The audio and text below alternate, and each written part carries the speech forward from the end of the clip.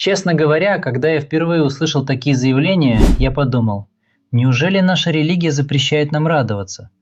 Оказывается, сейчас активно распространяются фетвы, которые запрещают использовать фонари и лампы в Рамадан. Аргумент там железный, как им кажется. Это, мол, нововведение. И вообще, говорят они, первыми, кто придумал вешать фонари, были фатимиды. А раз фатимиды – это заблудшее течение, то и мы не должны им уподобляться. Давайте сегодня сядем, успокоимся и разберем этот вопрос по полочкам. Без эмоций, но с включенным разумом. Опираться будем на мнение шейха Хатима Аль-Ауни. И поверьте, выводы вас обрадуют. Во-первых, давайте включим простую логику. Что такое украшение дома? Это религиозный обряд? Мы же не поклоняемся этим фонарям. Использование света, декора, красивых вещей в Рамадан – это категория обычаев. Это просто способ выразить свою радость от того, что наступил священный месяц. Вот смотрите, у каждого народа есть свои традиции в еде на Рамадан. Кто-то готовит плов, кто-то особые лепешки или супы, которые делают только в этот месяц. Мы же не говорим: «Эй, этот суп нововведение, пророк мир ему такой суп не ел, значит это грех». Это звучит абсурдно, правда? Так почему же безобидный фонарик, который просто создает настроение, вдруг стал проблемой? Нет тут никакой связи с запретными нововведениями в религии. Это быт, это культура, это радость. Согласитесь, эти исследования заслуживают вашего щедрого лайка и подписки. Теперь про этот странный аргумент с фатимидами. Якобы, раз они начали вешать фонари, то нам нельзя.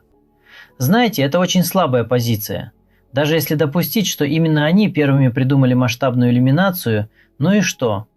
Шейх Аль-Ауни приводит гениальный пример. Фатимиды первыми построили университет Аль-Азхар. Это величайший центр исламских знаний сегодня. И что? А теперь, если следовать логике запрещающих, мы должны закрыть Аль-Азхар, перестать там учиться и молиться, только потому, что его основали фатимиды. Ну глупость же. Разумные люди так не рассуждают. Нельзя отвергать что-то хорошее или полезное только из-за того, кто это сделал первым. А теперь самое интересное. То, от чего у меня лично мурашки по коже. На самом деле, традиция освещать ночи Рамадана уходит корнями гораздо глубже, к самым лучшим людям этой общины. Вы знали, что именно Умар ибн Аль-Хаттаб, да будет доволен им Аллах, был тем, кто ввел традицию ярко освещать мечети в Рамадан? До него мечети были довольно темными, но когда люди стали собираться на таравих, Умар приказал повесить лампы. Он хотел, чтобы людям было комфортно, чтобы свет создавал особую атмосферу праздника и поклонения. Свет помогал людям читать Коран, видеть друг друга, чувствовать единство. И есть потрясающая история об этом. Передают, что однажды Али ибн Абу Талиб, да будет доволен им Аллах, шел по ночному городу в Рамадан. Он увидел мечети, сияющие огнями ламп, услышал чтение Корана. Это зрелище так тронуло его сердце, что он произнес дуа за Умара. Вслушайтесь в эти слова Али. Пусть Аллах озарит Умара ибн Аль-Хаттаба так же, как он озарил дома Аллаха. Вы только вдумайтесь.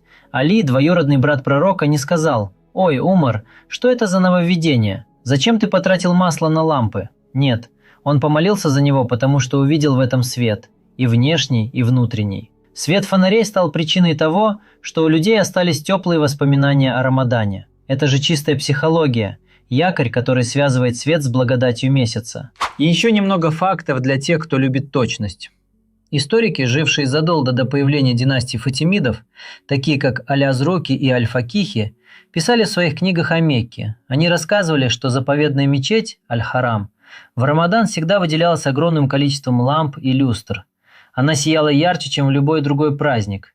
Это было за 200 лет до фатимидов. То есть эта традиция освещать, украшать, выделять Рамадан светом жила в сердце исламского мира веками. Так что же мы имеем в итоге? Те, кто сегодня выпускает эти суровые фетвы, запрещая фонарики и гирлянды, к сожалению, просто усложняют людям жизнь. Они берут свои личные страхи и накладывают их на религию, запрещая то, что Аллах не запрещал. Ислам – это религия облегчения, а не тяжести. Рамадан должен ассоциироваться у нас и у наших детей с радостью, с теплым светом, с уютом, а не с бесконечными «нельзя». Поэтому, друзья, если вы хотите повесить дома фонарь, зажечь гирлянду и порадовать семью, делайте это смело. Вспомните Умара, который зажег лампы в мечетях, и Али, который за это помолился. Пусть и в ваших домах будет свет. Да убережет нас Аллах от невежества и крайностей. С наступающим Рамаданом вас! Пусть он будет светлым во всех смыслах.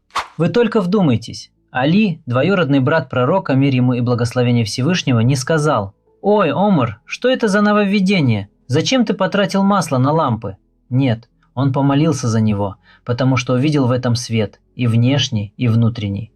Свет фонарей стал причиной того, что у людей остались теплые воспоминания о Рамадане. Это же чистая психология, якорь, который связывает свет с благодатью месяца.